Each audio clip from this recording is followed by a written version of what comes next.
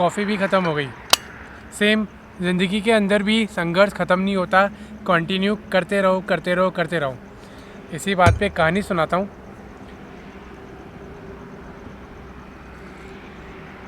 ये अपना हीरो जो है ना, फ़ोटो जिसकी आ रही है, इसने भी मैनेजमेंट, इंजीनियरिंग, ऑफिस जाना, hello sir, good morning madam, नीचे देखो, ज़्यादा मत बोलो, ज़िंदगी की रेस में भागता रहा। सोसाइटी के अंदर अपनी पहचान बनाने के लिए लड़ता रहा। और अब क्या होगा? एक दिन ऐसे ही मर जाएगा। ख़त्म कहानी। क्या हुआ, पसंद नहीं आई? कोई बात नहीं, चेंज कर लेंगे, अपनी कहानी है। लेकिन इसके लिए ना खुश रहना सीखना पड़ेगा। अब खुश कैसे रहा जाए? जब दिल और दिमाग के बीच में से एक जो आवाज़ आती है उसको सुनना पड़ेगा।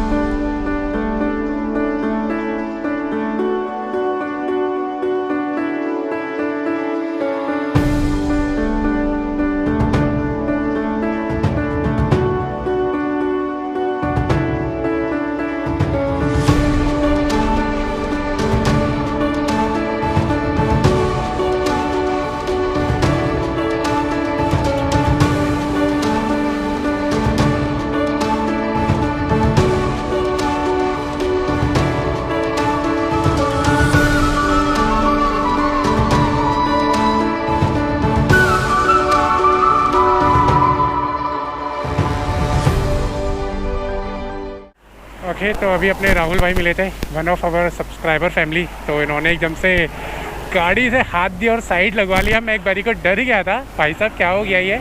इसे बोलते हैं फैमिली की पावर। मतलब जैसे मैं बोलता हूँ ना, आप मेरा कहना मानते हो कि जब मिल रहे हैं रोड पे तो रोक लो और मिल लो।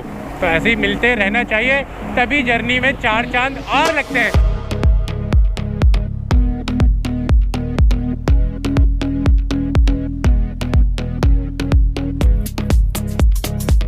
तो यहाँ से मक्खन रोड चालू, और अब आएगा मज़ा चलाने में। बटिंग जैसे चिलगोजे मिल जाते हैं, बिना सोचे समझे लेफ़्ट लेने लग जाते हैं, तो इसी वजह से होता है ज़्यादातर एक्सीडेंट। तो फ़िलहाल हम लोग पहुँच चुके हैं यमुना एक्सप्रेस वे, जो दिल्ली से आगरा।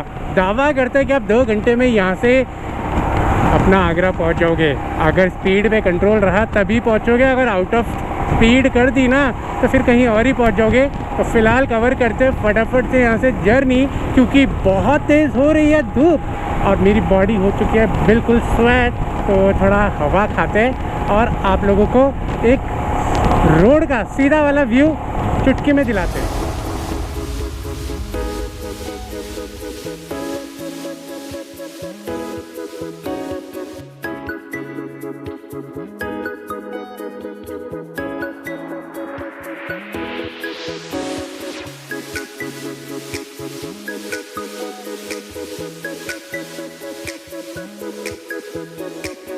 तो सेकंड टोल प्लाज़ा आ गया। यहाँ पे भी चेकअप होगा, क्योंकि इससे पहले अपने टोल प्लाज़ा पे पर्ची कटा लिया। 205 रुपये का टोल है दिल्ली टू आगरा के लिए। अगर आप बीच में से कट होते हो तो आपको टोल कम देना पड़ेगा, लेकिन पर्ची कटाने के बाद ना आपको अपने पास रखना है, अदरवाइज़ फिर दोबारा से कटानी पड़ जाएगी आपको पर्ची, क्योंकि ये लास्ट एंड तक चेक हो गया। अभी आगे और कितना चेक होगा? एक बार और 3 टोल प्लाज़ा पे पहले पे आपका टोल कट जाएगा, लेकिन सेकंड और थर्ड जो है उस पर आपको अपनी पर्ची चेक करानी पड़ेगी। तो ध्यान रखना, ये वो वाला टोल प्लाज़ा नहीं कि पर्ची कटे और फेंक दी। इसे एंड तक आपको, जब तक आप एग्जिट नहीं कर पाते, तो आपको अपने साथ रखना पड़ेगा।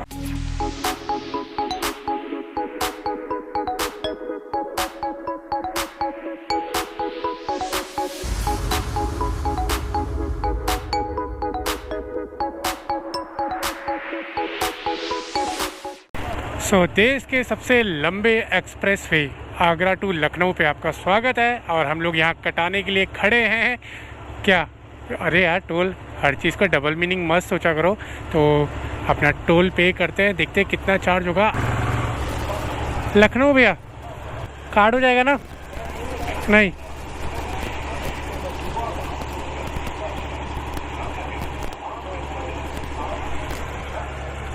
कितना है?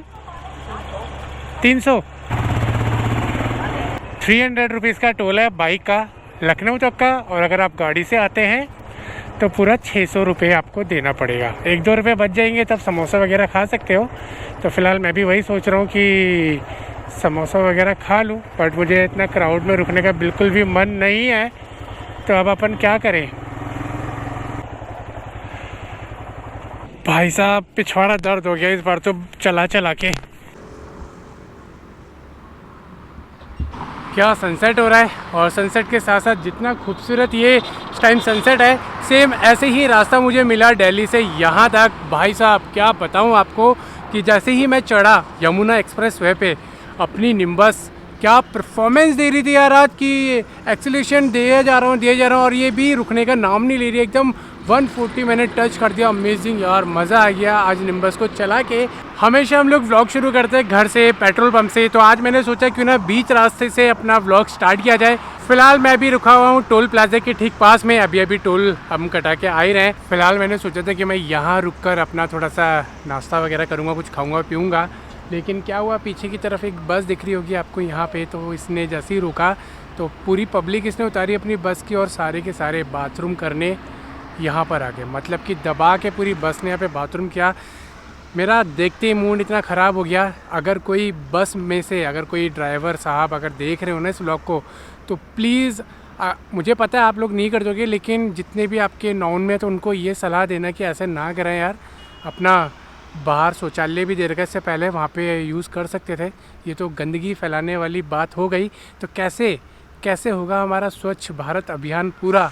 तो चलो, फ़िलहाल हो गया मूड यहाँ पे थोड़ा सा अजीब सा, क्योंकि आप समझ सकते हैं वो गंदगी वाला फ़ील आ गया है मुझे। तो यहाँ से अभी मैं निकलता हूँ और आगे 80 किलोमीटर बाद एक डेस्टिनेशन पड़ेगी, फ्यूल अप भी कराते हैं और वहीं कुछ खाएंगे भी। भाई साहब यहाँ से 5 मिनट रुकना भी भारी बढ़िया। ऊपर दिख रही है, ओहो, आँखों में, मुँह में, नाक में, सारी जगह जा रहे हैं। इससे पहले कि जैकेट में घुस जाए तो यहाँ से निकल लेते हैं। ये वाला ब्रेक लेना ज़रूरी था। ट्रांजैक्शन ब्रेक एक तरीके से हो गया अपना, कि अंधेरे में अब थोड़ी सी आंखें कंफर्टेबल रहेगी। लेकिन अभी 80 किलोमीटर बाद मुझे दोबारा एक और ब्रेक लेना पड़ेगा।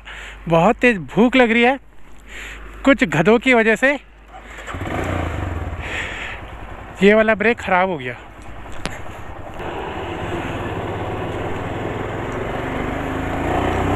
तो यहाँ से अब हमें जाना है लगभग 299 किलोमीटर, बोले तो 300 किलोमीटर की जर्नी है, जो ऐसे एकदम मक्खन रोड पे हमें पूरी करनी है।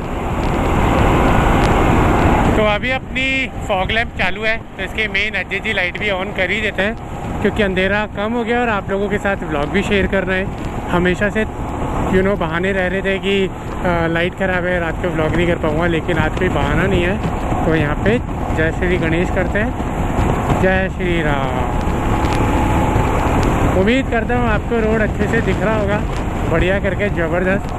और अपनी चारों लाइटें ऑन हो चुकी हैं, स्पीड काफ़ी अच्छी मेंटेन हो रही है और मेरे को दूर तक नज़र आ रहा है। लेकिन आज छोटी सी प्रॉब्लम हो गई है, मैं अपना नाइट विज़न वाला गॉगल भूल गया हूँ, जो येलो कलर का आता है। और ऊपर से आज ना ये मच्छर बहुत ज़्यादा उड़ रहे हैं, तो मुझे वाइज़र क्लोज़ करके चलाना पड़ रहा है। और वाइज़र क्लोज़ जब करके चलाते हैं ना, तो थोड़ा सा दम घुटता है, मतलब सांस घुटती है थोड़ी सी।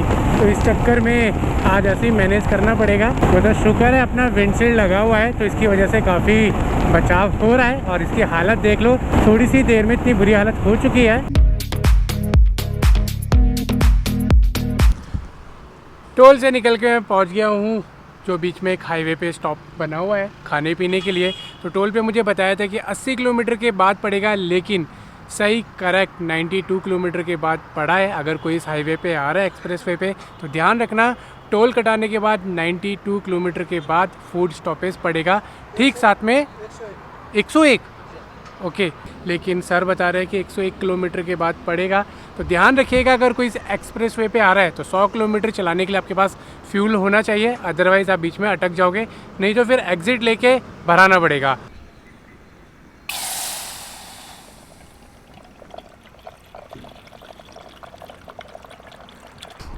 सोचा था कि मैं अंदर से जाके कॉफ़ी चाय ले आता हूँ, फिर मेरे को लगा कि मेरे को ज़्यादा पीनी है, ठीक है। अब मेरे हाथ में एक मेरा DSLR है और मैं 2-2 कॉफ़ी कैसे लेके आता। फिर दूसरी चीज़ मुझे याद है कि मैं घर से लेके आया था मिल्क, अगर मैंने उसको यूज़ नहीं किया तो वो ख़राब हो जाएगा, क्योंकि ये मैंने पैक कर दिया था कल रात को 8 बजे और अभी भी लगभग 8 ही बज रहा है, मतलब 12 घंटे इसके अंदर हो चुके हैं। पर मिल्क ज़्यादा ठंडा था नहीं, तो इसलिए मेरे को भी वो यूज़ करना पड़ रहा है। फिलहाल आज मैं घर से लेके आया था आलू के पराठे, तो वो भी गर्म कर लेंगे इसी बहाने में। तो ये है धनिए की चटनी और इधर है हो गए आलू के पराठे। इसके अंदर हो गई अपनी कॉफ़ी, 2 मिनट लगे, गर्म हो गया, कॉफ़ी बन गई। अब इसको खाएंगे और निकलेंगे सीधे डेस्टिनेशन पे। लेकिन मुझे यहाँ पे मिल गए कुछ भाई लोग जिनको सब्सक्राइब करा दिया, और भैया लोग भी इसे देख के ना हैरान हो गए कि ये कर क्या रहे हैं। और इसीलिए बोलता हूँ कि हमेशा छोटा सा गैस चूल्हा ज़रूर कैरी करो जब भी तुम राइड कर रहे हो, क्योंकि कुछ नहीं पता कहीं खाने को मिलेगा या नहीं मिलेगा, कैसा मिलेगा, एक्सपेंसिव होगा या सस्ता होगा। एटलीस्ट अपने पास छोटा सा जुगाड़ है तो कभी राइड फेल नहीं होगी। आलू का पराठा और कॉफ़ी, गुड कॉम्बिनेशन। आज राइड पे निकलने की एक्साइटमेंट इतनी थी, जो अपन LED लाइट यूज़ करते हैं DSLR के ऊपर, उसकी बैटरीज लाना भूल गया। अब मुझे मार्केट से लोकल वाली AA बैटरी ख़रीदनी पड़ेगी इसके लिए। यहाँ लाइटें लगी हुई थी, स्ट्रीट लाइटें, तो ज़रूरत नहीं पड़ी, तो अच्छा है, सही चमक रही है लाइट, मज़ा आ रहा है। पीछे खड़ी है निम्बस, क्या लग रही है भाई, और आज क्या परफॉर्मेंस दी इसने, एक नंबर। ओके, तो अब क्या कहूँ आपसे, मुझे हो रहा है बहुत ज़ोरों से हेडेक। दूसरी चीज़ नींद भी आ रही है। तीसरी चीज़ थकान भी हो रही है बहुत ज़्यादा। तो क्या कहते हो यार, बाइक चलेगी नहीं चलेगी, क्योंकि पूरा हाईवे ब्लैकआउट है और बीच बीच में कहीं कहीं लाइट्स आ रही है।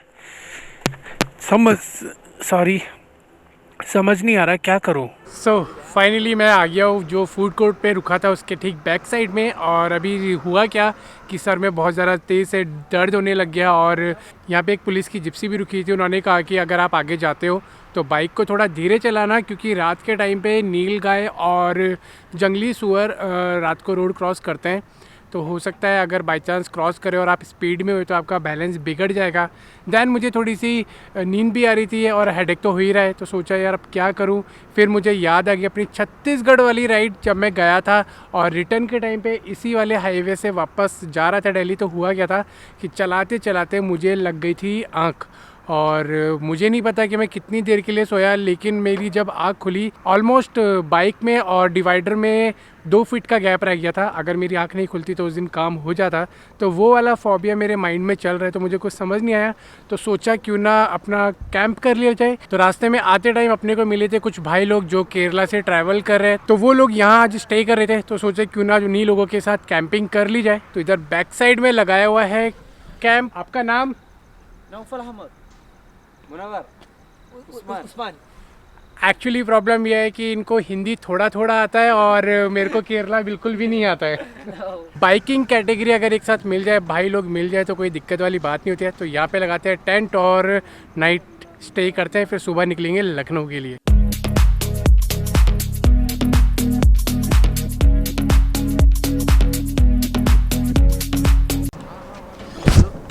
तो अपना टेंट का सेटअप हो चुका है। उस तरफ अपना स्लीपिंग बैग, नीचे योगा मैट और हेलमेट और अपने राइडिंग गियर्स हो गए। तो ये है हमारे सफ़र की पहली रात, और पहली रात में ही हो रही है पहली कैंपिंग।